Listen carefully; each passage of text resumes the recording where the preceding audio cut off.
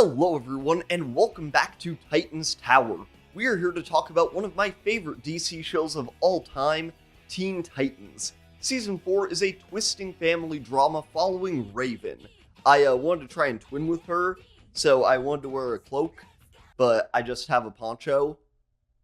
Teen Titans Season 4, like how Season 3 decided to focus on Cyborg, focuses on Raven, and resurrects a villain who haunted Saturday morning cartoon screens across the world.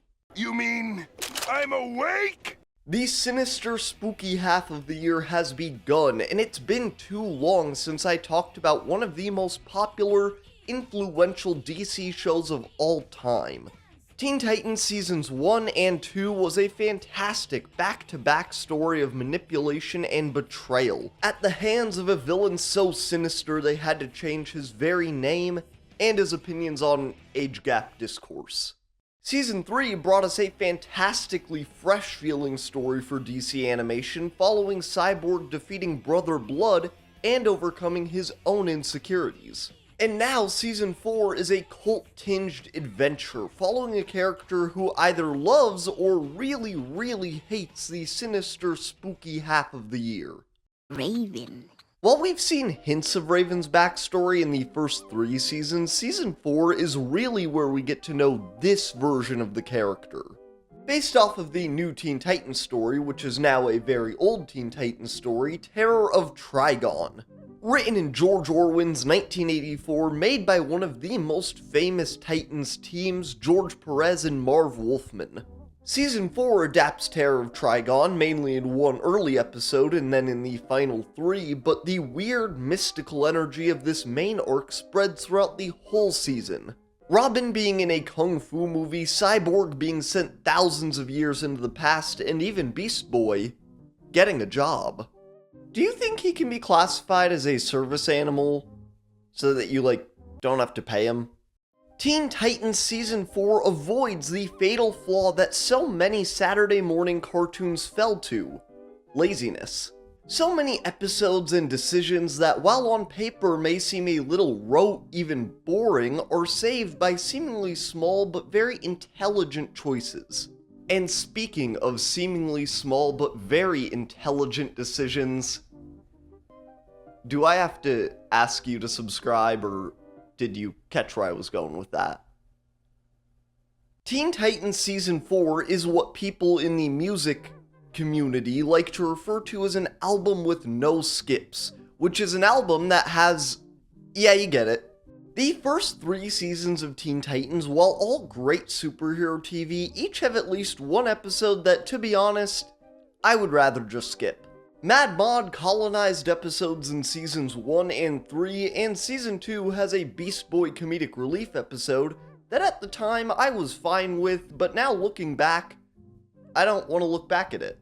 But Season 4, for what this series was and still is an almost perfect superhero adventure with no skips. Even the Beast Boy comedic relief episode is kinda good. Season 4 keeps the focus squarely on the Titans. We hardly get to see any other recurring heroes, save from the Titans East, and even recurring villains like Hive are relegated to more brief appearances. Normally that would bug me more, but this story about Raven needing to put faith in the friends she's made benefits from the more focused cast. Plus, the dialogue between the team feels more natural than ever.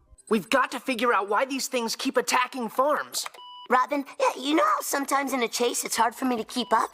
Honestly, I've never really noticed. One of my favorite episodes that demonstrates how far these characters and their relationships with each other have come is Stranded. The Titans have had spacebound adventures before, but this is definitely my favorite so far. In the first 3 seasons, it was very common for the Titans to have split-up episodes, where 1 or 2 of them would be separated from the rest of the team. Usually, this either led to 2 characters having to reconcile some difference to work together, or a character alone having to realize that they really do belong on the team. My least favorite of these split-up episodes probably being the Beast Within from Season 3. But in Season 4, these split-up episodes represent how much the writing and structure of the show has grown. The Titans are jettisoned from their spacecraft and land far apart from each other on a distant planet. Raven becomes the leader of a group of aliens. Cyborg and Beast Boy have a really funny side plot trying to rebuild the spaceship. A great example of how much the comedic dialogue has grown, but the main plot is about Robin and Starfire. Robin's no-nonsense attitude combined with Starfire's joyous curiosity over Earth have consistently made for a really cute not boyfriend and girlfriend. In the first act of Stranded, Robin makes the classic TV mistake of arguing too much when Cyborg calls Starfire his girlfriend. Starfire gets upset when Robin gets too defensive, but what surprised me was the direction this episode ended up going. The writers know how the audience perceives these characters, and they reflect that through Robin. While he and Star navigate the hostile planet and try to reconvene with the rest of the team, Robin tries to explain that girlfriend means more than what Starfire thinks it means. On our planet, girlfriend means A female with whom you have a pleasant and special association, including the sharing of enjoyable recreation and occasionally the buying of bountiful floral arrangements. okay. Maybe you do understand. I really love the reveal that Starfire completely understands what they're talking about. She just really wants to be Robin's girlfriend. This feels like a really natural evolution of the team we saw butting heads a little more in Season 1. Just like how they immediately stick up for Starfire in her Bigotry is Wrong episode of the series, Truck. Val-Yor, who basically looks like if Captain Atom were an even bigger asshole, is a spacebound warrior attempting to defeat the maniacal alien race known as the Locrics. The episode follows Starfire grappling with what to do when Val-Yor calls her a slur for Tamaranian without the notice of her team. Our ship won't be able to pass through the minefield. If one goes, they'll all go. This is a job for you, Trucky. I mean, guys, he's using the hard Q, come on. But my favorite part of this really well-written episode is after the Titans have helped Val-Yor save the day, even after learning about his cruelty towards Star. There's no soundtrack, no jokes, it's just tense and awkward, as the Titans tell Val-Yor as much as they can to fuck off. Look, I'm trying to pay you a compliment. Then why does it still sound like an insult? Spike, you understand. I didn't mean anything by it. It's just... Val-Yor, I think it's time for you to go. Backpedaling. Losing the football is Mensah, and it's scooped up. From Dallas, Texas, the flash, apparently official, President Kennedy died at 1 p.m. Central Standard Time. You're the next contestant on Quiz Monkey. All right, young lady, 15 seconds on the clock. Each correct answer wins a fabulous prize. 0 answers put you in the cage with the Quiz Monkey. Teen Titans Season 4 is an album with no skips. Every episode that I don't top to bottom love is still good. The season premiere, Don't Touch That Dial, is a celebration of TV and movie tropes with the Titans fighting Control Freak, and Beast Boy using the long hours he's spent studying television from the Titans' couch to defeat him. Beast Boy also probably has his best comedic relief episode of the series so far, with him getting a job to save up money for a moped. He's having his little Luca moment. Let him be. The episode isn't anything outstanding, to be honest, but Beast Boy getting a job at a new fast food chain, Mega Meaty Meat, is pretty funny, and the episode definitely goes a different direction than what I was expecting. Robin's solo episode, The Quest, is also fun and takes us way outside of the city that we're used to, which is pretty neat. Once again, it's not the best episode of the season, but it does have one of the best B-plots of the entire series. Thank you, Robin. I rinsed, lathered, and repeated. I can't believe you two would just barge into Robin's room when he's gone, dress up in his uniform, and pretend to be Robin.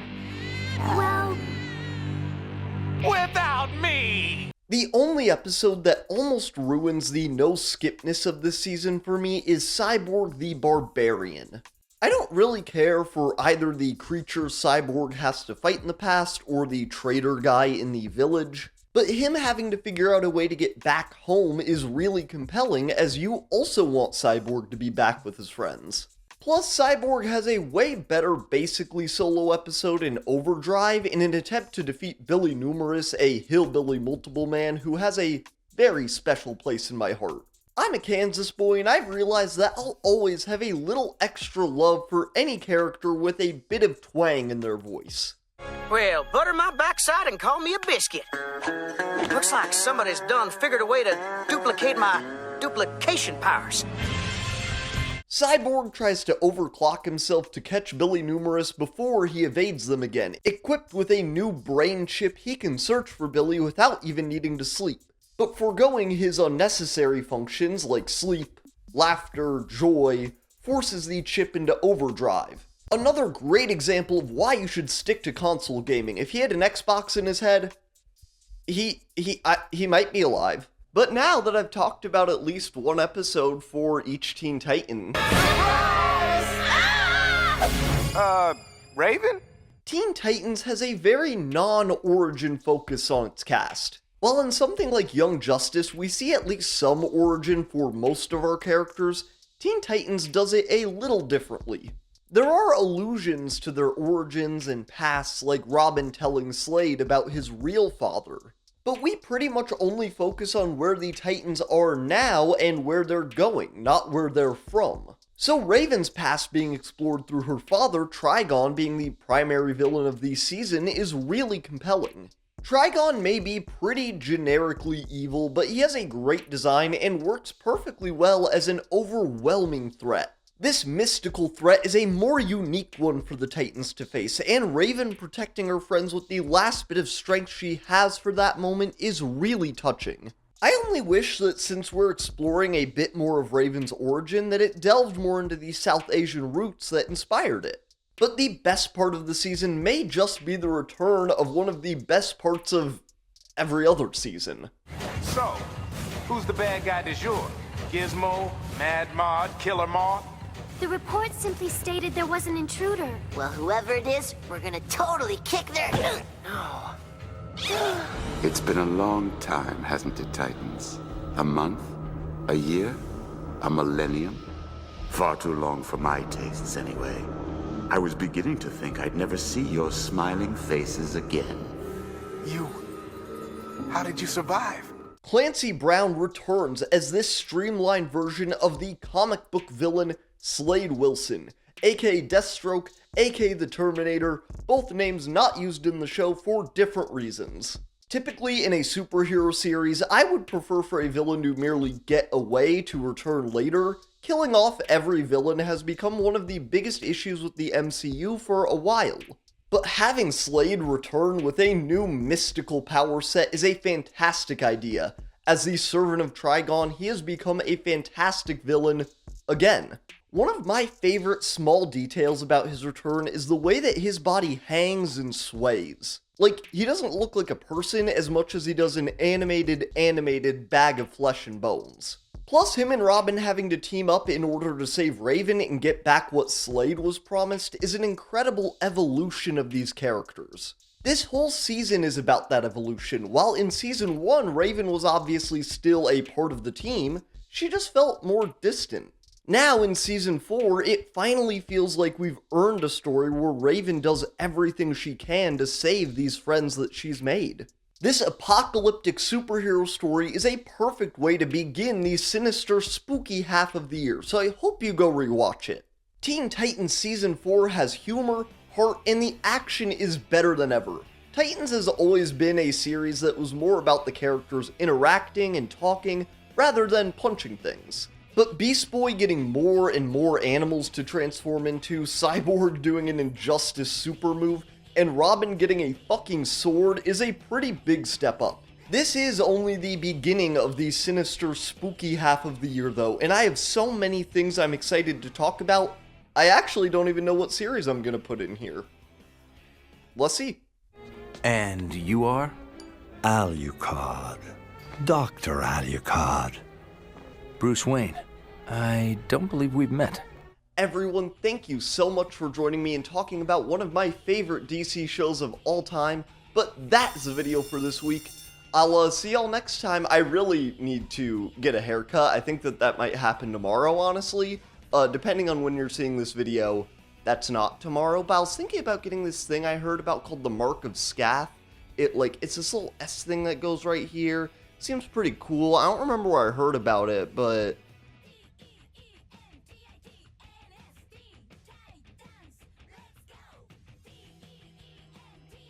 Hey everyone, thank you so much for watching that video as always. If you made it to this point, a double thank you. Thank you so much. I really liked Teen Titans Season 4, a lot. It was really solid. Like I said, there were no episodes that, when I got done with them, I did not like. The closest one was probably the Beast Boy, comedic relief episode. Just, those ones, Beast Boy is funny in this show. I feel like this is gonna be controversial, but sometimes I feel like he gets a little too into the, almost, random kind of humor, Invader Zimmy. I never watched Invader Zim. But anyways, what I have to show off my collection this week is a DC thing. I was at my local bookstore, and they had a comic book on clearance, and I, just flipped around the art. It was a Swamp Thing comic, and I was like, cool, I'll pick that up. Didn't see the little 2 on the spine. It's the Swamp Thing New 52 run by... Oh, it's written by Scott Snyder. Okay. I like some of his stuff. I forgot about that, I guess. But, yeah, I gotta track down the first issue, I guess, if I wanna... I mean, I could always jump in. That's the classic trade paperback experience, but I don't like doing that. But I'll see y'all next time. Goodbye.